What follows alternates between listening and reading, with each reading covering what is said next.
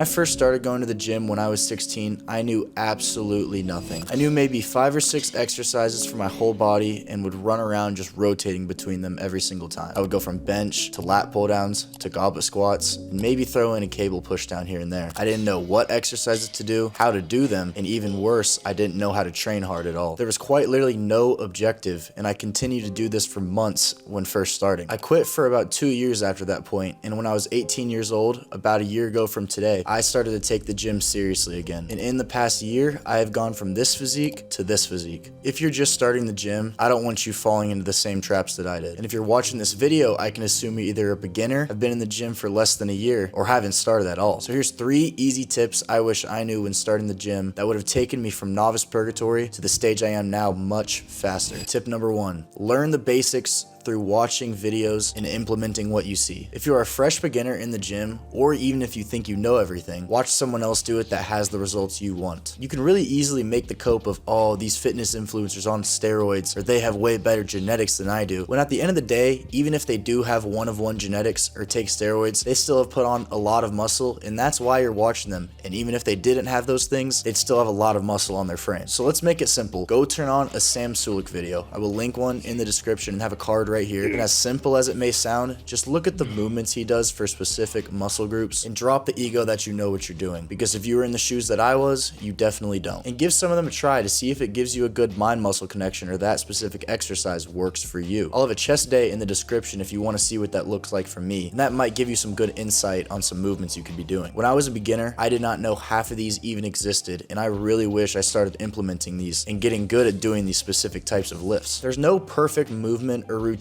for any single person because everybody has different limb lengths, muscle imbalances, and plenty of other variable factors. You are much better off training with a slightly unoptimal routine or slightly unoptimal exercise while also working hard, which leads into the second point of the video. Stop trying to be perfect with minor details. Rather put all of your focus on the intensity and intent of your training. I bet you've probably searched up the best gym supplements or the best routine or best exercise, and those are all good things, yes. They could be helping you to some degree, but way before you're looking for the exact degree of range of motion or the best supplements to help your muscle growth, you need to be focusing on the number 1 variable, and that's the intensity and intent in your workout. A guy walked up to me and my friend in the gym the other day, and he was absolutely jacked, no doubt about it. And he was giving some advice and saying you have to train slow and low weight. While he did have great results and they clearly worked for him, you can go watch Sam Sulek or the Trend Twins and see that people have different training styles and see a totally different training style where they're throwing around the weight and doing what some would call ego lifting. But the thing I realized is that the common denominator between all these people is that they train extremely hard and consistently. This will be much more beneficial for your gains. Putting way more of your effort and energy into actually having a good lift where you're pushing everything close to failure or